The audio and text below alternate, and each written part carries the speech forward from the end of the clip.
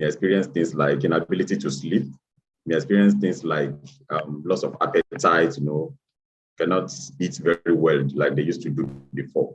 So those are part of the physical components of grief. There are also what we call cognitive components, which have to do with thoughts. That is when the individual starts to think about the kind of relationship they've established with that person that is dead. The kind of even having thoughts of or desire to go and meet the person who is gone. Some people would be saying things like, wait and hold me and take me along. Let me come and meet you there and things like that. So those thoughts keep coming. They are part of a normal grief. Then also there are emotional aspect of it where the individual feels sad, the individual feels anxious, afraid of what will happen next. You hear people saying things like, we don't even know who is going next and things like that. So feelings of depression or sadness or feeling anxious is also a part of a normal grief. There are also behavioral aspect of it. You can see people in the grieving process leaving the properties of the deceased person untouched. For instance, if a wife is grieving following the death of her husband, you can enter the house and discover that maybe the cup, the clothes, the shoes that the husband used to wear, everything is still intact 3 months after the death of the husband. And the woman has not touched any of those things. And we forbid anybody from touching those things. That's also a component of common things that we can see with grief. That's a behavioral component of it. There will also be the perceptual components. For instance, a woman who is grieving following the death of her husband can tell you that she went to the market and she saw her husband, in the market, maybe in a crowd of people. And in an attempt to approach the husband, she discovered that she didn't know where the husband went to. All of a sudden, the man disappeared. So obviously, the man was not there. It's just from her own perceptual processes that those things were coming from. So those are important components of grief, and we can also call them types of grief that an individual can go through. Thank you. Jazakallah khairan. The next question also is for you. So we're asking, how long does grief last for? And I think you already talked about the phases of grief, or you could also talk about it again. So how long does it last for, and what are the phases of grief? Okay, thank you very much. Well, there's no perfect way of grieving, and there's no perfect defined duration for a grief to last. However, researchers have shown that a normal grief should not last more than 6 months. And by the time grief is lasting more than 6 months, then we need to start thinking of offering professional assistance to that individual. However, this can be said to actually affect maybe the behavioral aspect of it, of grief, the emotional aspect of it, and the impact on the functioning.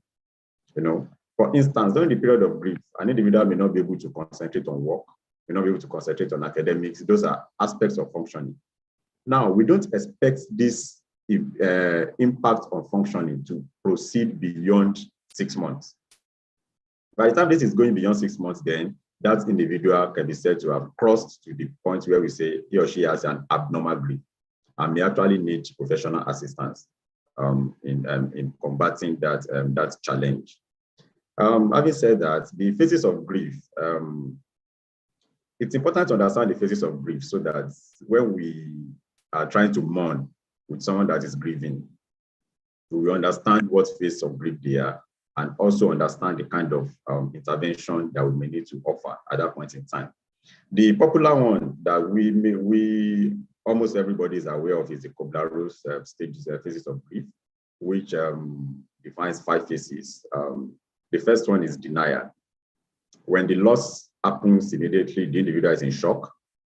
The significant other is in shock and is denying. And we see that from time to time, the person telling you that, no, it can never be my husband. I saw him this morning before he left for work, so he couldn't have died by accident, So at that point in time, the person is denying. It is difficult to accept. So that is the first phase of grief. That is the phase of denial. Then after that, the next phase is the phase of anger, in which at that phase, anything people try to say is met with a kind of resistance, with a kind of anger, like people telling the individual that, oh, sorry, we understand that it's difficult, that you have to lose your husband at this point in time, but what has happened. In the face of anger, the next response would be the person that is grieving responding with, no, it's your husband that will die, not my husband. Understand that kind of thing. So at that point in time, that is the face of anger. And people that have come to mourn with that individual should actually understand that the face in which this person is actually this particular face, which we actually, win off with time. Then the individual moves to the third phase of, which is the phase of bargaining. Bargaining involves trying to, weigh the reality against the wish. Is it possible that my husband has died? Could it have happened that he actually died? So the individual starts to entertain the reality of having lost something significant or having lost someone significant. That is the phase of bargaining. Then after that, the individual goes into the phase of depression. The phase of depression, after bargaining, when I was talking about bargaining, I said the individual is trying to weigh the reality, trying to accept, is it possible? Could it have happened? But in the phase of depression, that is the phase where the individual is actually moving towards acceptance. And, something that is so shocking like that is difficult to accept. Then the individual goes into a phase of depression where you see them, they are sad, they are sad, they have lost interest in things they used to enjoy doing and things like that. Then after that phase, the individual goes to the last phase, which is the phase of acceptance. That is when he or she actually accepts that, yes, this person has gone. I will not see him again. And that phase is also known as what we call closure. That at that point in time, the individual can see their mind, and say, okay, I've accepted truly that this person is gone. I've accepted truly that we will not meet again. And that is the end of. So having said that, it's also important to know that these phases that we've talked about are not as sequentially arranged like this, because it's a natural phenomenon. So there are a lot of overlaps, at different phases, two phases occurring together almost at the same time. And but for the sake of understanding, that is why it has been sequentially arranged like this. Okay, now, Jazakallah khairan, sir. I was trying to understand. You said that the normal phase for grief is 6 months, so the phases should be within the 6 months, right? Yes. Okay, now, Jazakallah khairan. So, Ustaz Qasim, the next question is for you. So we understand that the prophets before us, they went through a series of pain, series of grief, loss of children and all of that. So I'd like for you to share with us, hadiths that supports or that references how a Muslim should deal with grief. نعوذ بالله من الشيطان الرجيم بسم الله الرحمن الرحيم وبه نستعين وصلى الله على سيدنا محمد وعلى آله وصحبه وسلم. We give thanks to Allah for giving us the opportunity today, most importantly, to address one of the salient issues that affects not just the Muslims, but the entire human race. Most importantly, it's a phase of life. When we talk about grief, the first thing we need to make everybody to be aware of is that grief is part of the component of life. It makes life itself complete, because it's not possible for someone being in this world to go through the phase of happiness all through. Somebody came to the Holy Prophet Muhammad sallallahu alaihi wasallam to make a complaint. And the first thing the Prophet told the lady was that, look into my eyes. And he asked her, what did you see? He said, I have seen white and I have seen black.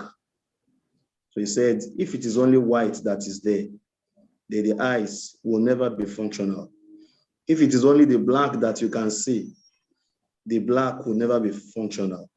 So invariably, it is those two parts of experience in life that makes a complete human being. Even Allah says in the Quran, وَتِلِكَ الْأَيَّامُ نُدَاوِلُهَا بَيْنَ النَّاسِ, that at some point in life, you'll have some situations that will make you extremely happy.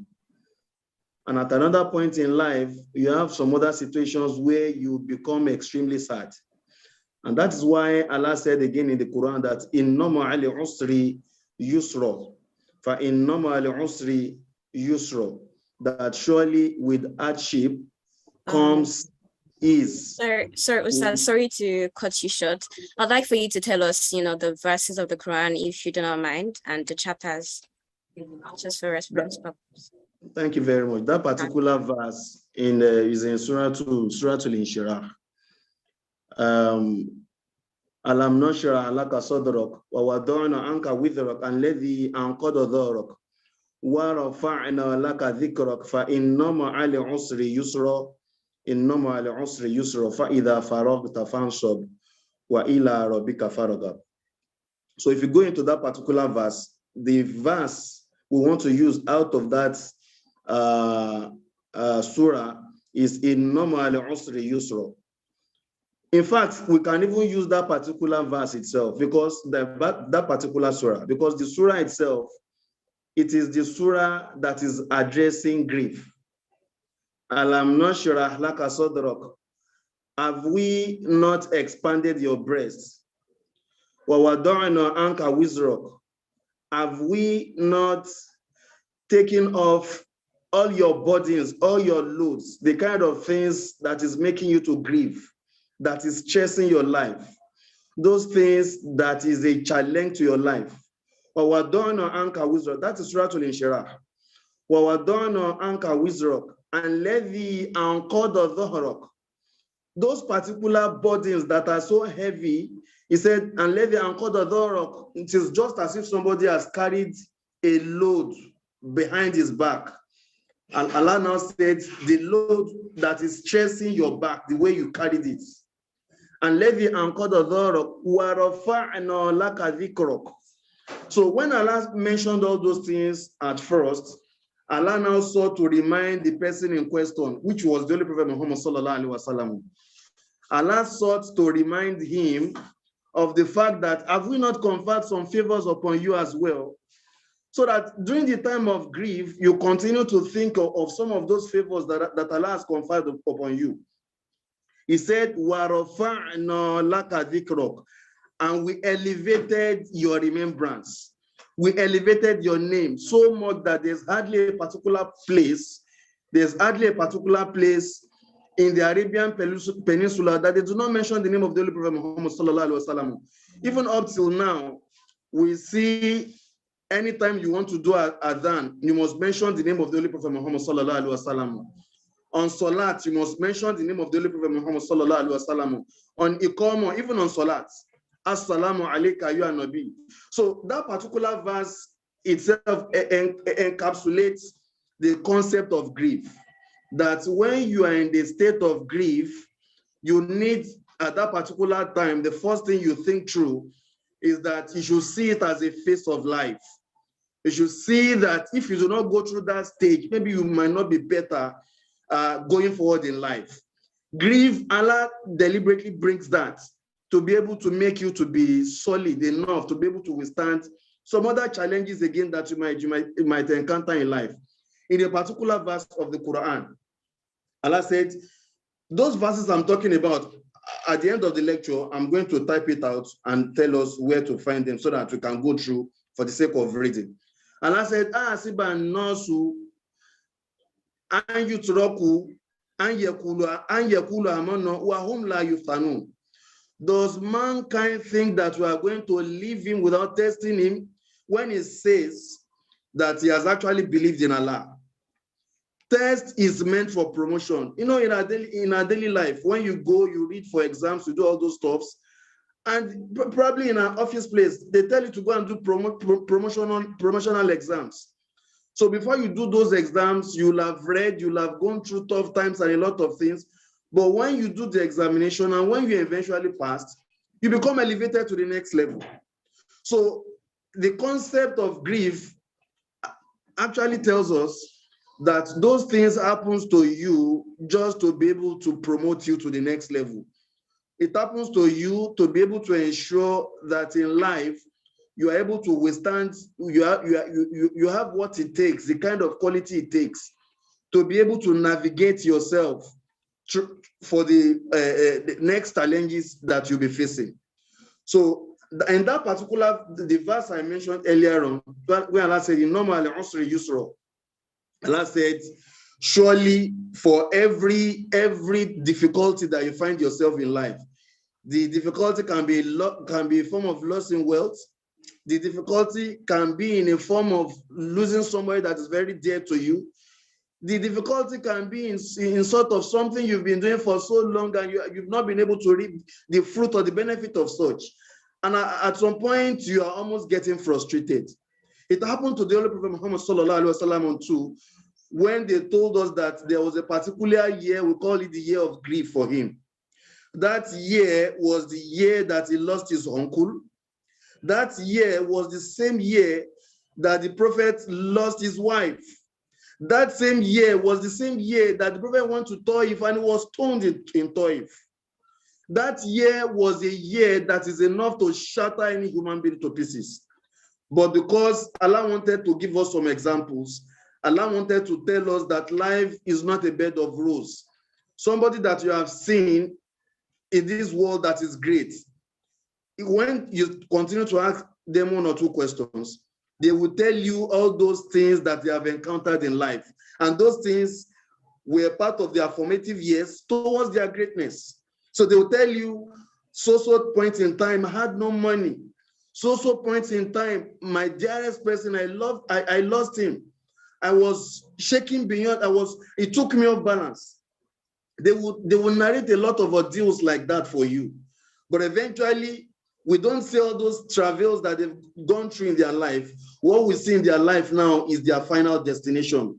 The kind of personality they are. They are people who have financial successes, or they are people who are well positioned in life in terms of greatness. But by the time they want to tell you what took them to that particular greatness, they will start telling you all the challenges they face in life. And that is the kind of attitude that a Muslim must demonstrate during the time of grief. So the first thing is that you must see it as a part of life, as a component of life, as a phase in life. We must see it as a kind of an avenue where Allah wants to use it to push you to your next level in life. Allah wants to use it to take you to another position of height, of great heights. And these are some of those things. And that's why the Prophet told us, sallallahu alaihi wasallam, in a particular hadith, he said, Ajaban amrul mu'min, that it is so wonderful, the case of a Muslim, because if anything happens to him, Allah will eventually give him reward. If something good happens to him, he will receive the good in this life, and at the same time, because he's thankful to Allah, Allah is going to reward him. And if again the contrary happens to him, the contrary is something that is not pleasant, something that is not good, something that he himself detested, something that is appalling, some things of such nature. The Prophet told us, sallallahu alaihi wasallam, that if he does what is expected to do as at that particular time, then he's going to receive reward again. What is he expected to do? He should be patient, and he should see that particular occurrence as the time that Allah seeks, Allah wants to use to promote him. He should be thankful to Allah because Allah has done some things to him that are far, far, far, far greater in the past. And he should be thankful to Allah too, because who knows whether if that does not happen to you, maybe something that is very, very bad, something that is even far, far worse might eventually happen to you. So this is the kind of attitude that a Muslim should be able to demonstrate. The first is a component of life. The second, you demonstrate patience in that particular situation. The third is that you persevere, because Allah said, Allah himself told us that Inna Allaha ma'as sabirin. Anybody who tends to persevere in the faces of trials and tribulation, Allah said, I'm going to be with that particular person. Then finally, Allah said in the Quran, for example, Surah Duha, you will not see this inherent in that particular surah. But the Mufassirun have told us that when Allah is referring to things of those nature, it actually means that Allah is trying to drive a point to us. Allah said, "Waduha wal-layli idha saja ma wada'aka rabbuka ma qala." Allah said, "I swear by the dawn. I swear by the dawn. Waduha wal-layli idha saja." And I swear by the night when it is in its darkest portion, darkest period. Mufassirun have told us that this particular verse, Allah is mentioning some things to us. The same verse what we have is another surah, وَاللَّيْلِ إِذَا يَغْشَى وَالنَّهَارِ إِذَا تَجَلَّى. Allah said, I swear by the night when in its darkest period, وَالنَّهَارِ إِذَا تَجَلَّى, and I swear by the day when it is in its glorious period. Those scholars have told us that the meaning of that is that it is not possible for the day to come into reality. It is not possible for the day to come if the night has not gone into its darkest period. When the night goes through its darkest period, then we have the Al-Fajr, then the day will eventually come. So scholars told us that the particular connotative meaning of those particular verse is that when you are going through tough time in your life, your trying period, perhaps that is a signal that Allah wants to really, really help you with some high level of assistance that you have not even witnessed in your life. They told us that Prophet Musa alayhi salatu wasalam, it was when he got to a situation where he felt there was no option again, there was no way again, there's nowhere to go. Right at his back was the Red Sea. In front of him was the soldiers of the Pharaoh. Right and left were mountainous terrain, and we have the wilderness. Where was it to go? Then at that particular time, when mankind feels that there's no hope, then Allah comes on board with his way out for us. So we should always, at every point in time when we are challenged with this kind of a situation, with the situation of grief, we should see it that it is part of those things that Allah has designed for us so that we can be able to excel to our next stage in life. It is tough, it is difficult, it might be really, really tough for us to be able to accept, but in reality, it forms part and parcel of life. And that's one of those things that will make us a very, very solid and strong human being in our next sojourn in life. Thank you so much, sir, for that insightful answer. So there's an instance here, Dr. Kasim. I'd like you to answer it. So you have a child basically that died in the UK, and the parents are in Nigeria, and they want you to bury the child in Nigeria.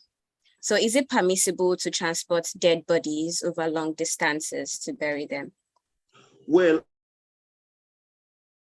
concerned, it is not haram to do something of such, especially when you feel that in the kind of nation that the dead body finds himself, probably they might have challenges with Islamic rites and the things like that. You know, all those things we do when we have the dead. So in terms of bathing, the janaza, and every other thing that is associated with that. So it might not be wrong. As far as Islam is concerned, it is not wrong. The only challenge that you might have there is for what is the duration of this. Islam does not allow us to take corpse to the mortuary except for some reasons that we call those reasons daruri. Islam does not allow us to do all those things. So if you have to bring your child down here, then it has to be done quickly. Scholars have told us in some of the books of fiqh that the maximum acceptable time that you could take before you do those transports, which is even discouraged for you to stay that long, is 3 days. Because the Holy Prophet Muhammad sallallahu alaihi wasallam, he himself spent 3 days before he was buried. And the reason being that the companions had to solve inherent challenges that is associated with the humor. They understood that the humor that the Prophet Muhammad sallallahu alaihi wasallam left behind needs to be cemented into a single structure. And it was after they resolved that they went ahead and buried the Holy Prophet Muhammad sallallahu alaihi wasallam. So without a cogent reason, you are not expected to delay your burial even up to that particular time. So if you need to transport your child or your beloved one from that particular place down to Nigeria, actually it's not a crime as far as Islam is concerned, as long as we do we don't go beyond the acceptable limits. Wallahu a'lam. Okay, now I'm so sorry to take you back. I just want to be clear. Are you saying that the duration should be no more than 3 days, or? That, yeah, exactly. That's exactly what I'm saying. That the duration should not be more than 3 days. Anything outside that we are actually going out of the principles of Islam. Okay, no. Jazakallah khairan, sir. So the next question is for both speakers. Would like for you to kindly share 3 healthy ways to deal with grief. So Dr. Ismail can go first. 3 healthy ways to deal with grief. All right, thank you very much. Like I said earlier, that and like the stars also reiterated it, that grief is a normal aspect of life. However, we are aware of the fact that it can go out of the bound of normality and tilt the individual to mental illness if not well handled. So for any individual that is going through a period of grief, one important thing to do is to come to the reality of closure, what we call closure. Closure simply means acceptance that this thing has happened, this loss has happened, it is not reversible, and we have to accept it to be able to move on. So that is the concept of closure.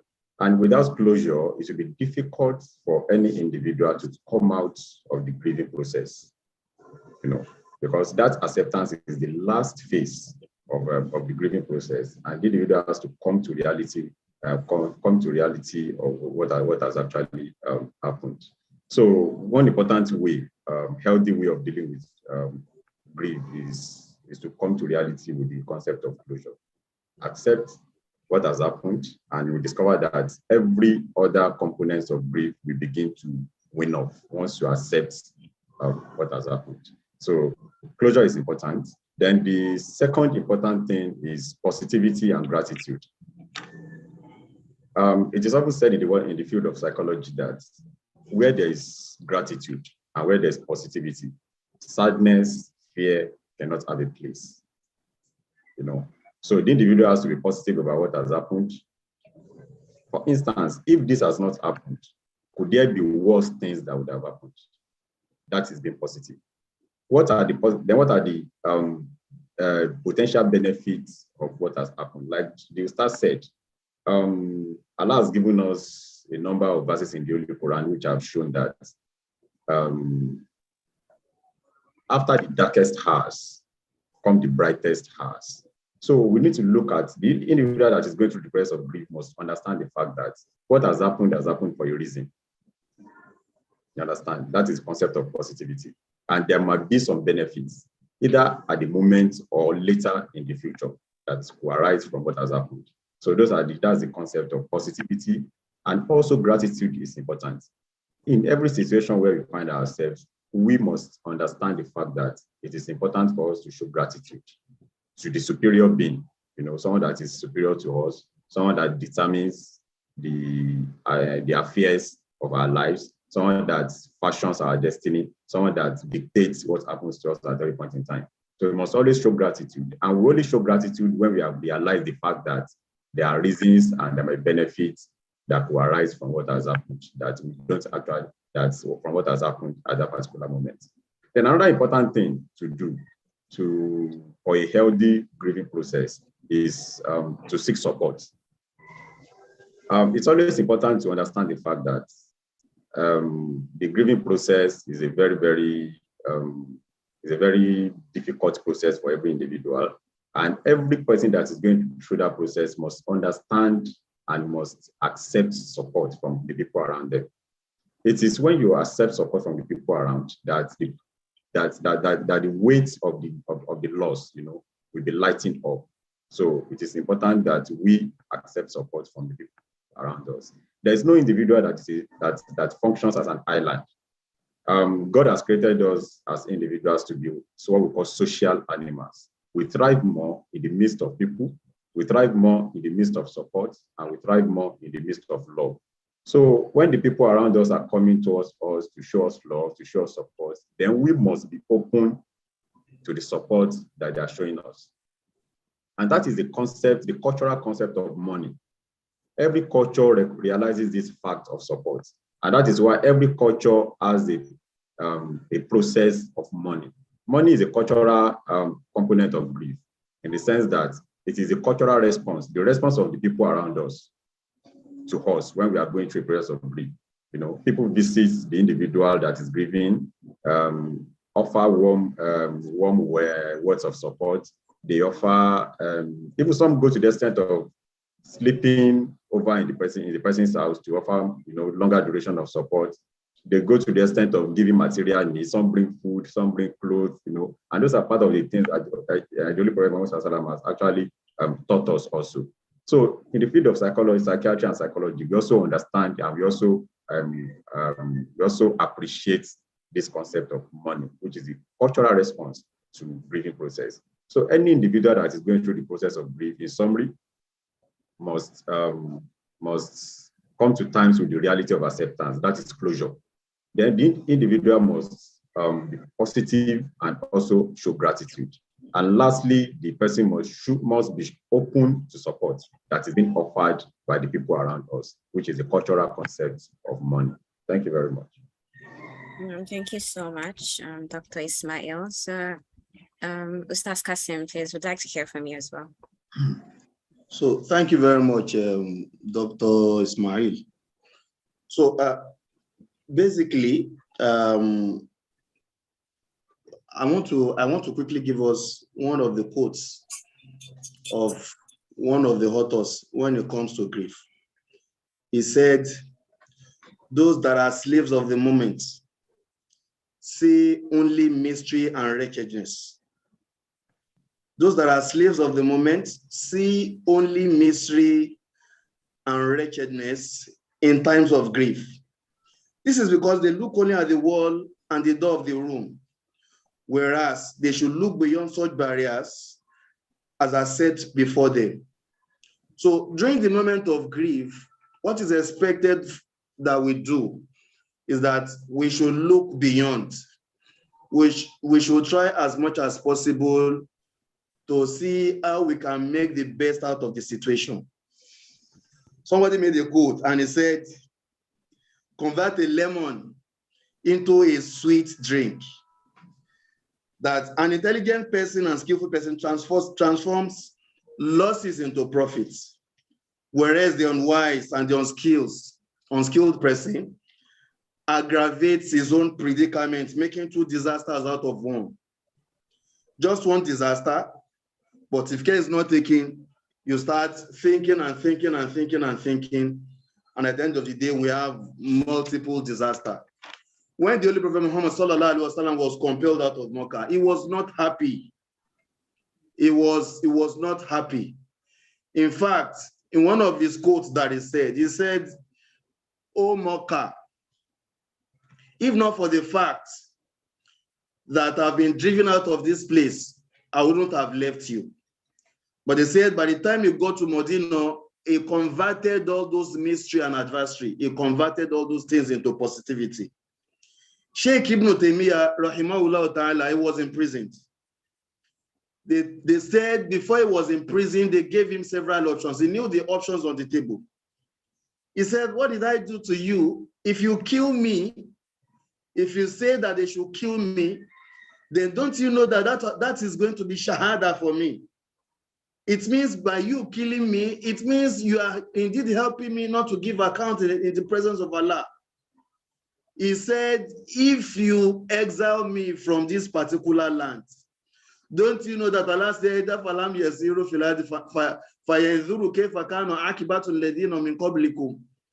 if you exile me from here, you are in fact assisting me to fulfill an injunction of Allah that Allah says, travel on the surface of the earth. And if you decide to imprison me, out of no option, that will be khalwa for me. And they told us that Sheikh Ibn Taymiyyah was, in fact, he was imprisoned. And they said, while he was in prison, because he never had the opportunity to teach, to do da'wah, what he did in prison was that he took himself up and he wrote on the walls of his prison cell.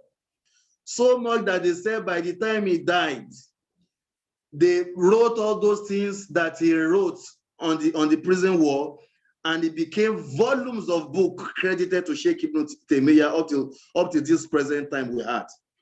So he was imprisoned. It was a terrible situation for him, but he converted that to what he would not have been able to do if he was outside the prison. They told us that one of those particular Islamic scholars, they call him Imam Sharakshi, they said he was imprisoned as well. Not just in prison, he was at the bottom of a well, and he managed then to produce 20 volumes of Islamic jurisprudence while he was in prison. And these are the kind of attitude that we need to look at, that I've been denied of my beloved one. What am I going to do next? What am I going to make out of this? I've been denied of this particular opportunity or this particular privilege. What am I going to make out of it? Apart from the fact that Allah said in that particular verse of the Quran in Surah Al-Baqarah, when Allah said, "Qalu inna lillahi wa inna ilayhi raji'un. Ulaika alayhim salawatu min rabbihim wa ulaika humul muhtadun." Allah said, "Wala nabluwannakum bi shay'in min al-khawf wal ju' wa naqsin min al-amwali wal anfus wa thamarat wa bashir as-sabirin. Alladhina idha asabatum musibatun qalu inna lillahi wa inna ilayhi raji'un." Now Allah said, "Wala nabluwannakum bi shay'in min al-khawf wal ju' wa naqsin min al-amwali wal anfus wa thamarat." Allah said, we are going to test you. And out of that particular test we are going to give you is decrease in wealth, decrease in children, decrease in most of those things that things that we use to live, to have our wonderful livelihood. Our children, our wealth, positions, and all those things. And I said, I'm going to test you with hunger too. And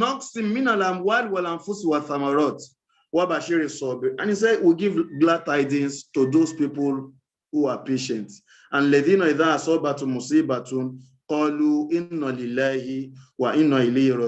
people that when those trials and all those things happens to them, they say, we belong to Allah, and to Allah we shall return.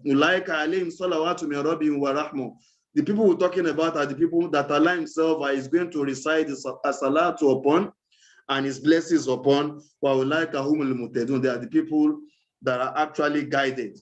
So in summary, and in tandem with what the doctor has told us, in terms of trial, in terms of tribulations, we should try as much as possible to make the best out of the situation. We should try as much as possible to be patient in that particular situation. We should try as much as possible to ensure that we give opportunity to continue to thank Allah in his infinite mercy for not making it go beyond what we have actually seen. Because we have seen situations that are far, far, far worse than the kind of situation that we find ourselves. Allah Ta'ala. Jazakallah khairan. Dr. Ismail, very shortly, I'd like for you to tell us ways we can comfort a loved one who's grieving. Very shortly, sir, because you're behind time. Okay. All right. Thank you very much. If we find ourselves in a position of money, that is, we are the people that want to comfort someone that is grieving. It's important for us to be empathic, to show empathy. And empathy simply means that we need to put ourselves in the shoes of that particular person. We need to understand what the person is going through. Empathy goes beyond getting to the person's house and start crying. When you are crying with someone that is crying, that is sympathy. But by the time you understand what the person is going through, and you use that to influence, the kind of support that you offer to that particular person, that is empathy. So it is important for us that we should understand what empathy is and apply it while trying to console individuals that are grieving. Another important thing is that we need to provide support. And it is after understanding what the grieving person is going through that we will be able to provide support. What forms of support? Support starts from the words that we speak out of our mouth. It's not, when someone is grieving, it's not the time to get to the person's house and be saying things like, are you the first person that this will happen to? Something worse has happened to Mama Lagbaja, something worse has happened to so person, and the person did well. So you too should brace yourself up. And so that is not the time to be comparing what has happened to that person with what happened to other people. That may even make matters worse. So support starts from what we say, the kind of words that we speak from our mouth. We should provide the person with soothing words that when the person listens to them, the person is moved emotionally, the person is relieved of the heavy burden of the loss. So that is very important. Also, another form of support could be staying with the person, in our physical presence. In fact, in Yoruba culture, they may even stay with the person for days, though sometimes it even goes beyond the point of reasoning, where they even become a nuisance. But we should understand at what point in time does this person need our physical presence? At what point in time do we leave the person to be alone? So that's also very, very important. Another thing that is important is for us to understand what are the things that this person needs at this particular moment. Someone that is grieving, may not be able to go to work, may not be able to monitor his or her businesses, may not be able to make money to fend for himself, him or herself, and also maybe for the children or other members of the family. So we should understand the material needs of those people at that point in time, in terms of food, in terms of shelter, in terms of clothing, in terms of money, in terms of any other thing that they may need at that particular point in time, to help them pull through that process early and on time. So those are important forms of support that we need to provide. Another thing that is important is that we need to be sensitive to the experience of that person, and we must be able to help them to seek help if it is needed as promptly as possible. So we need to know, if it's only when we are close to the person that we'll be able to identify that, this person's grieving process is going beyond the point of control. Let me give us an example. A woman lost her husband. And like I said, it's part of the normal grieving process to be saying things like, wait for me, I will come and join you. Let me come and join you in the first day, second day, third day. And maybe by the fourth month, this person is still saying those things. And we now come across maybe a particular note that she has written on how to take her own life in order to go and join her husband. That particular event is no more a normal thing. It has become a suicidal plan. She has a plan already to kill herself. At that point in time, we must know that this grieving process has gone beyond the point of normality, and it has become an abnormal thing. At that point in time, that person must see a psychiatrist, for support. Let me give us another example. Someone is grieving and, has, lost interest in things that she used to enjoy doing before. She's now feeling sad and has not been able to go to work and all those things.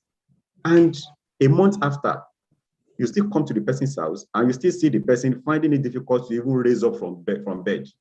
When she wakes up in the morning, she feels so weak, doesn't have the energy to stand up from bed, doesn't have the energy to do every other thing that she needed to do for that day. At that point in time, we should know that this thing is going out of hand. Then we should provide necessary assistance. So those are the things that we can do to help people that are going through the grieving process. Thank you. Thank you so much, Dr. Ismail. Ustaz, please, would like for you to educate us on the burial rights of a Muslim and what things are we not to do. Thank you very much. So when we talk about the burial rights of a Muslim, that's a topic on its own, but I'll just try as much as possible to pick the key things, especially as it is related to what we're talking about here. So when a Muslim dies, the first thing which people do not do, It's not because they don't do it, but because they are not really conversant with what fiqh really says. Is that out of the wealth of the person in question, you pick out of the wealth of the person in question, the money that will be used for the burial of the deceased. So in most cases, what we do here oftentimes is that out of sympathy, out of all those things, we are the ones that actually provide all these things. But the standard is that it should be the sweat of the person in question. That is what fiqh says. Because we never can tell the source of the wealth of the other set of people that are trying to help the deceased. So we take the wealth, we use that wealth for the purpose of burial. And when we talk about burial, we all know those things that is involved from the janaza, in terms of taking from bathing of the deceased, then the burial itself proper. I don't want to go deep into all those ones. Then the second thing that is expected of us is that we take his money to pay his debts, all the debts that he has accumulated. And that's why during the time of burial, that announcement is particularly made. Because the Prophet told us, sallallahu alaihi wasallam, that the soul of the disease will be hanging except the debt of that disease is actually paid. So you use his money to pay his debts. If he does not have money, then people who are his beloved, they should try as much as possible to ensure that the debt is paid.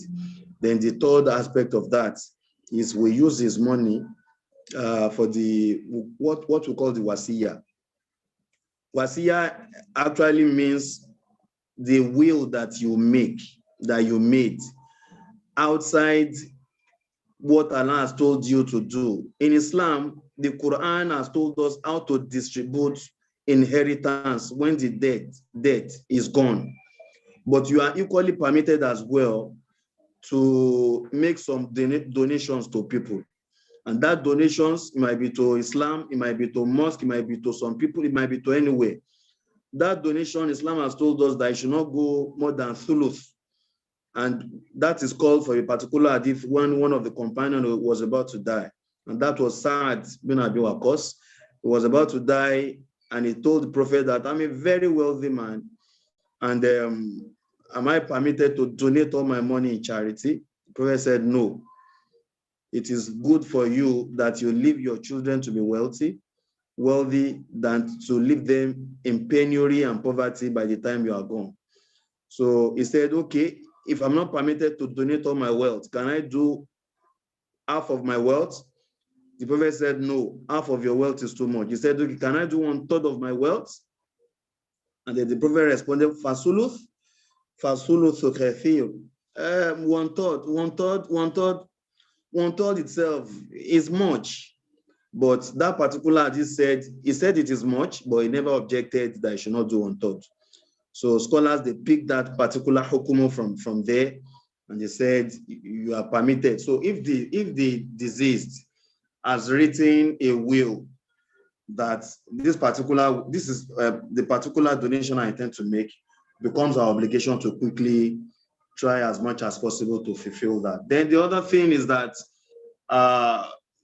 when the person is dead, as a Muslim, we are permitted to grieve, but we are not permitted to grieve beyond what Islam has recommended. They told us that the Holy Prophet Muhammad sallallahu alaihi wasallam, when his son, Ibrahim, when he died, the Prophet held onto his son, and water was dripping from the eyes of the Holy Prophet Muhammad sallallahu alaihi wasallam.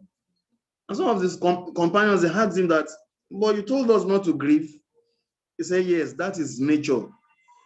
You can cry, but not wailing, not rolling yourself on the floor, not shouting, not proclaiming some things that is against Islam, like we do in this part of the world. I was in the general hospital one of those days, and a man lost his wife. It is understandable. But the way he shouted, rolling through the floor, everybody gathered around, comforting him. And I knew that it is something that is very, very tough on him. And we understand that it's not something that sometimes can be beyond control. But as a Muslim, if you are somebody that have had this at the back of your mind, and you have been visiting the sick, and you have been visiting people who are deceased, and you see a lot of things that they go through, if you have trained your mind to that particular level, perhaps Allah will assist you. So what we expect of a Muslim is that, yes, you can grieve, but don't utter statements that are bad. Don't utter statements that are anti-Islam. We all know all those things. Don't grieve beyond proportion. Don't grieve beyond measure. We can cry, we can weep, not wailing and shouting and doing all those things. These are the standards that is expected of us as Muslims. Then on the other hand as well, as a Muslim, like they've told us, everything that you can do, and that is the rahmah of Islam, that is the rahmah of Allah on Muslims. As a Muslim, it is only in Islam, I don't know of any other religion, that they say when somebody has died, yes, his righteous action has ended, but there are a couple of things, a lot of things that you can still do, that Allah will use that as a source of mercy for the person who is the deceased. When Amr ibn al-As was about to die, he beckoned on the companions and said, please, when you're about to bury me, do not go. Because we went to the battles together. We went to do dawah together. We are brothers in Islam, we are Muslims. Do not go away immediately, because even if Allah wants to punish me and he sees people like you in my surrounding, Allah will be shy to punish me. Do not go away until you recite Surah to Yasin for me. That was what he heard from the Holy Prophet Muhammad sallallahu alaihi wasallam. So anything that will do, that will make Allah to look upon the disease with mercy, it is expected of us to do. To askar, to tahlil, to tahmid, to sadaqah, to any other thing that we feel that we need to do in the name of the disease. You can perform Hajj for the disease. You can go to a mosque and donate mats for them. You can donate, you can do all those things for them. You can organize prayer session for the diseased. Whether day 1, whether day 2, whether day 3, whether day 7, whether 8, there's no particular day that is legislated in Islam. So if some people say they are doing 7 days, fine, so be it, there's no issue. If they do 8 days, if they do 21, 41, if they decide to do it every day till the end of the year, as long as the intention is to say for this disease, this is the kind of askar or dua that we are trying to do. And as long as we don't go beyond measure, we cannot say somebody has died and we now go around, now start doing celebration, bringing drinks and minerals and all those things together. This is very, very wrong. It is not Islamic. It is not something that we're expected to do for somebody who is a Muslim. Talk less of now bringing alcohol and a couple of things. So when we now see some brothers amongst ourselves or some sisters who say that we don't want to do the kind of fidal that we do nowadays, well, it is understandable, because there's no way sometimes in this part of the world when you decide to say, okay, we want to do fidal, we want to do all those things without people now not going beyond means. But the principle is simple. So it now behoves us to now take on the specifics. The principle is that whatever we can do in terms of askar, in terms of tilawah to the Quran, in terms of sadaqat, in terms of any righteous action that we're expected to do, that we can do, that we can do to make Allah to have mercy upon the disease, I think is part of our responsibility to do for our brothers. So somebody dies, dig a well for the person. Somebody dies, you have the money, build a mosque for the person. Somebody died, build a madrasa and name it after the person. Employ asatizas for the person. Do all those things for the person. It is not a crime. You do tahalil. Abikulli tahlilatin sadaqa. Abikulli tahmidatin sadaqa. These are some of those things that the Holy Prophet Muhammad sallallahu alaihi wasallam told us, that these are acts of charity that we could do.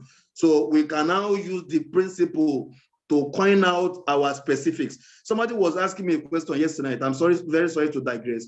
Was asking me a question yesterday night, and I said, well, when somebody dies, part of the principle I do as a person is that I don't even encourage that you bring food to that particular point, because when you bring food to that particular place, if care is not taken, you turn it to merrymaking. Somebody is dead, People bring food, they start eating, and they turn the whole thing to scenarios. But it is not a crime to cook. When you cook, look for people who are less privileged.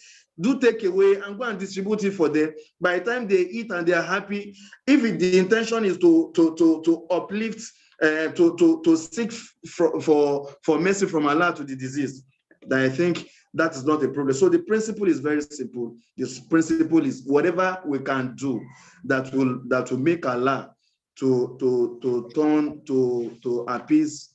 To appease Allah. Whatever we can do to make Allah to have mercy on the diseased. It is as far as Islam is concerned, it is acceptable. Wallahu alam. Jazakallah khairan, sir. So I'd like to plead with the audience.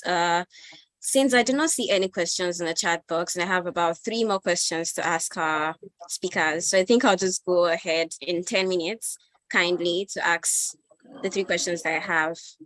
And I think they're important, that's why, so please. So Imam Qasim, you spoke about the burial rights of a Muslim. I'd like for you to also talk about the certain traditions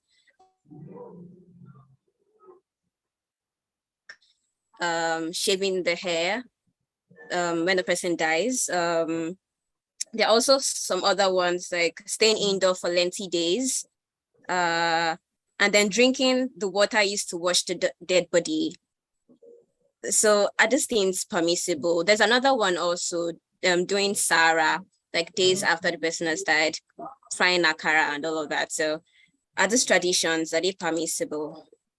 Well, like you have stated, لا تتبعون سنن من كان قبلكم شبرا بشبر وذراعا أو ذراع حتى ولا دخلوا جحر رجل لدخلتموه قالوا أيهود ونصارى يا رسول الله. So what the Prophet has simply told us is that sometimes we go into some level of imitations, so much that even if some of those our predecessors, if they enter into the cave, we'll enter the cave alongside with them because we just want to be like them at all costs. So I see all these candle nights, they put candle, people put on blacks, and they'll say they're trying to mourn people and do a couple of things. All these things, they are not principles of Islam as far as Islam is concerned. So the only thing that we're expected to do, the acceptable limit for mourning of a Muslim is not more than 3 days that you should be visible. When we say mourning, in terms of you see them weeping, not wailing and making all those noises. So 3 days, that's the acceptable limit for us to be able to mourn the deceased one. Then people doing a couple of things that it is mandatory to stay indoors. Islam has not told us that it is mandatory to stay indoors. What Islam has specifically told us is that you do a period of 4 months and 10 days for the woman. That 4 months and 10 days has been very clear, the purpose. That 4 months and 10 days is not for you to completely sit down at home and do not do any activity. Because, for example, somebody who works, somebody who has to go to office, somebody who has to do a couple of things. The only thing that that is expected of you for those period of time, that we should not be seeing you celebrating. We should not be seeing you gorgeously dressed. We should not be seeing you like somebody who is not in sober reflection. So if it requires that you still need to go to work, then you have to go to your work. But we should not see you going to parties. We should not see you going to places where people are doing merrymaking. You should comport yourself. We should not see you talking with some other men or some other people as at that particular period of time. So that period of 4 months and 10 days, that is exactly what Islam has strictly prescribed for the Muslim. So during those periods, we are not expected to follow those traditions of shaving the heads. It is even detested in Islam that a woman should shave their heads. A woman is not expected to shave their head. Look, if we go through the books of the fiqh, even this low cut and all those things, a lot of scholars, they detest it for women, that you leave your hair and it's part of your things that Allah has used to adorn you as a woman. A woman is expected to adorn herself. So talk less of now shaving your hair to the scalp completely. They're now drinking the dead body, the water of a dead body. These are cultures that are very, very terrible and are alien. So I'm very, very sorry. We are not being tribalistic, but if you happen to come to be somewhere that comes from the East or that part of the world, even if you are an Easterner, as a Muslim, you should detest all those things. It should be part of those things that should fight vehemently so that people do not find themselves in that. A lot of women are going through serious challenges where they marry somebody, and at the end of the day, what you never bargained for in your life, apart from the fact that they will now say you are the one that killed your husband, while you are still money, they accuse you of killing your husband, they confiscate all the properties and all those things, and they subject you to things that are very, very unhuman. So these are some of those things that is not expected of us as a Muslim. So the black attire is not something that is synonymous with mourning in Islam. In Islam, in fact, they told us that the black is the black dress is the best of the dresses for women. So, but we cannot compel a woman to be putting on black morning and afternoon. Islam allows for variety. So, but it's just to tell you that that particular black we're talking about is not synonymous to mourning. Those culture, it is the Western culture. It is the culture that is being exported, and we are now Muslims consciously or unconsciously are beginning to accept all those things as part of life. So these are some of those things that we should do. So for that 4 months and 10 days, the expectation is that during that particular time, at the time that we should limit our activity, we should restrict our activity, we should ensure that they don't see us not in a sober reflection. Scholars have even told us that one of those things is that if that woman at that particular time is pregnant, at least by 4 months, it will have started becoming visible, so that by the time she wants to move on with her life, we'll know whether she still has a baby or she does not have a baby with the deceased. And at least we know that our activities are restricted at that particular time. So we cannot say that probably it was another man or something like that. So these are the standards that Islam has actually given us as Muslims, and we are not expected to go beyond what Allah stipulated for us. Wallahu ta'ala alam. Okay, Jazakallah khairan, sir. Although I didn't hear the part of the akara frying, if it was okay, it was just very briefly, very briefly. Thank you. Well, there are some things that people do that sometimes you cannot say haram, you cannot say halal. If the intention of akara is to do sadaqah for people who are less privileged, might not be wrong. It's just like, for example, for the nikah that we do, when you want the man and the woman, they want to enter, probably the man is coming on board. You see the wives of the house, the wives of the house, they come on board, they spread the clothes on the floor, and they expect people to put money on that. Yes, it might not be wrong, as long as we have not said that is the sadaqah of the lady. You understand? So these are mutual exchange of gifts. As far as nikah is concerned, might not be wrong. You understand? As long as we do not use that to negate what Allah has spoken about. So somebody now doing akara and doing all those things might not be wrong, as long as the intention is for sadaqah. So if you don't do akara, if you feel that it is rice I want to use to do, and if it's some other form of sadaqah that you want to do, fine. It's just that sometimes, I personally, if some people, for example, I give you a typical example. Somebody called someone and he said, can you do this sadaqah? Go and buy, I don't know what adun is called in English. Buy adun, take sugar, take sugar cane, buy all these things, go and use that to do sahara. And I said, sorry, what if the person refuses to take adun or sugar cane and all those things for sahara? The person that came to me, I said, don't mind them, just get some money, go and do sadaqah. Sadaqah is halal. So if somebody meets me on the road now and tells me that, Mr. Man, I've seen a vision to you that you should fast for 7 days. Then you should not go and do sadaqah.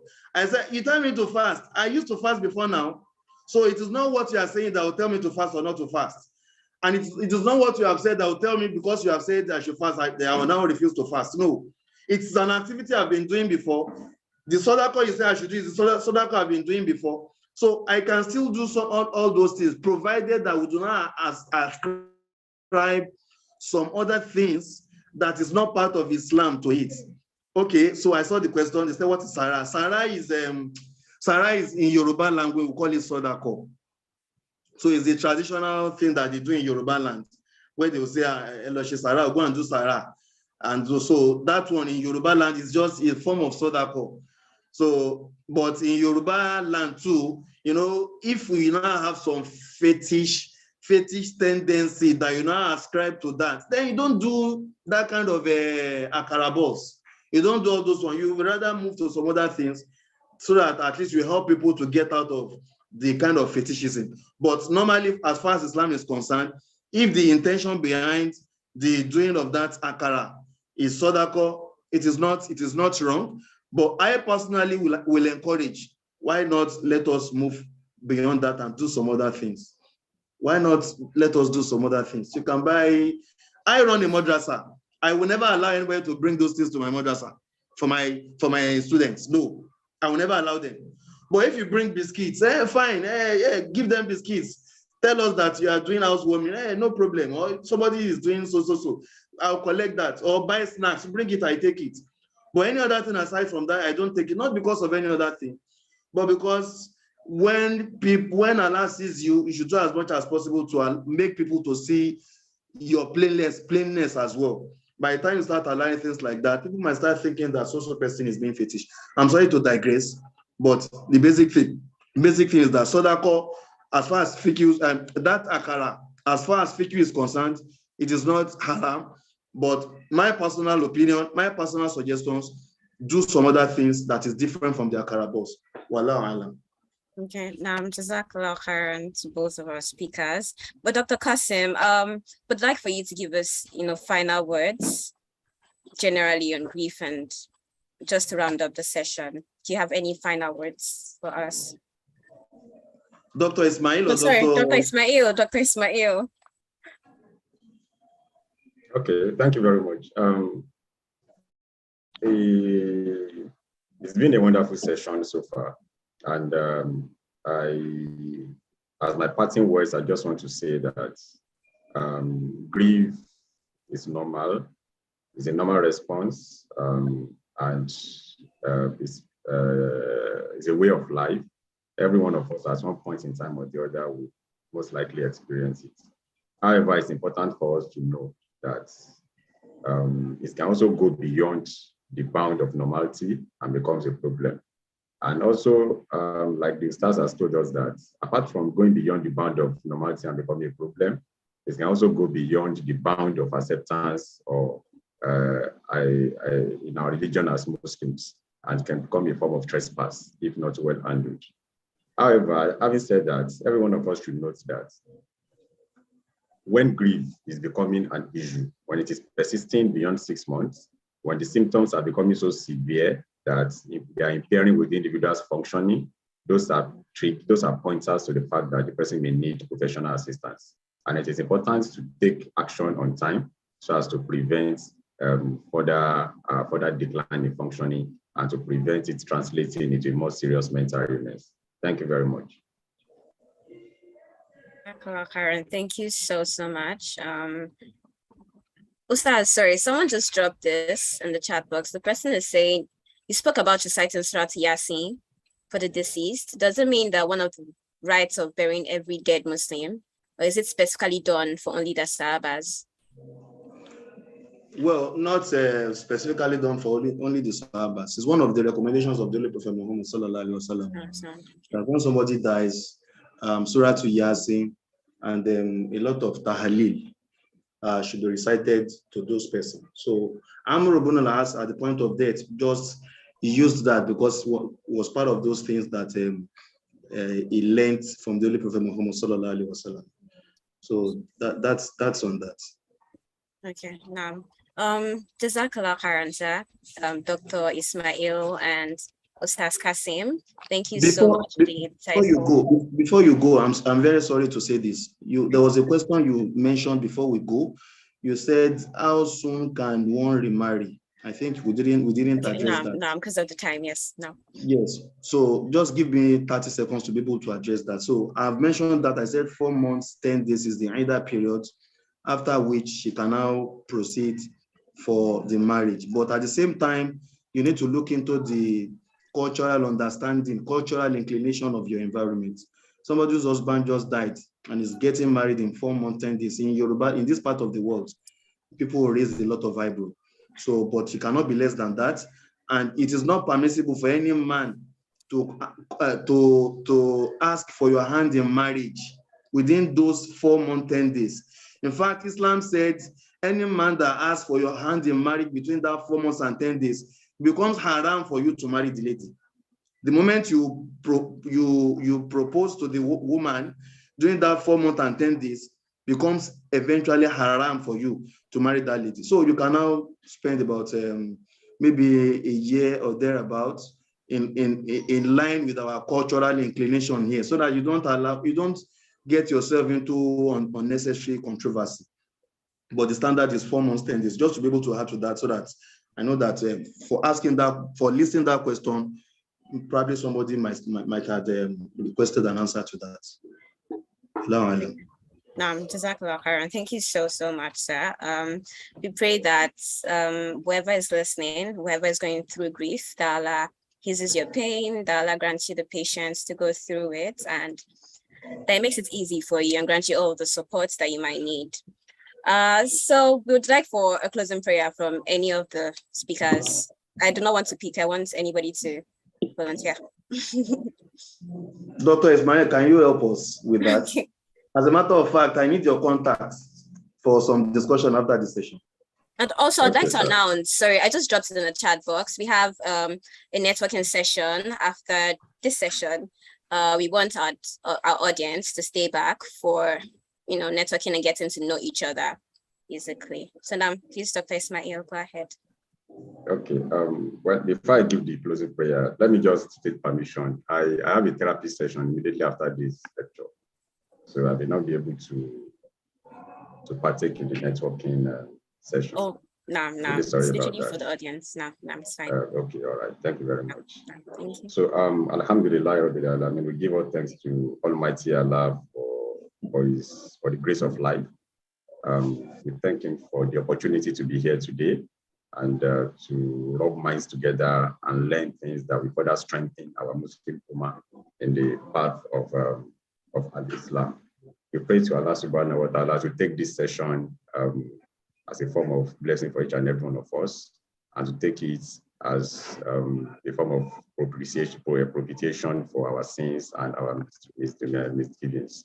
We pray to Him subhanahu wa ta'ala to strengthen each and every one of us during our difficult times, so that we don't go astray and we don't go against the dictates of Allah subhanahu wa ta'ala. May He continue to bless each and every one of us in our daily activities, and may He continue to uplift us so that we can be shining lights to propagate Islam further. Amen. Jazakallah khairan, sir. Thank you so much. We're grateful to have both of you on this session. We pray that Allah rewards you abundantly and that it continues to increase your knowledge and guide your path, inshallah. Thank you so much. I don't know, this question is quite important. Somebody's saying, is there an Hida period for the man who has lost his wife? Dr. Kasim, can you quickly just mention something on that before we... Well, there's no Hida period for a man, but the only thing we know is that just the grieving moment should not be less than 3 days. It should not be much more than 3 days. So the discretion is for the man. You need to look at our cultural inclination as well, but there's no Hida period for a man. So maybe after 3 months, after 4 months, after 5 months, as you desire. But we need to look at the reality on ground as well, so that we don't get ourselves into avoidable controversies. Wallahu a'lam. No, no. Jazakallah khairan. So we've come to the end of the session. Thank you for joining us. Assalamu alaikum wa rahmatullahi wa barakatuh. To the audience, you guys should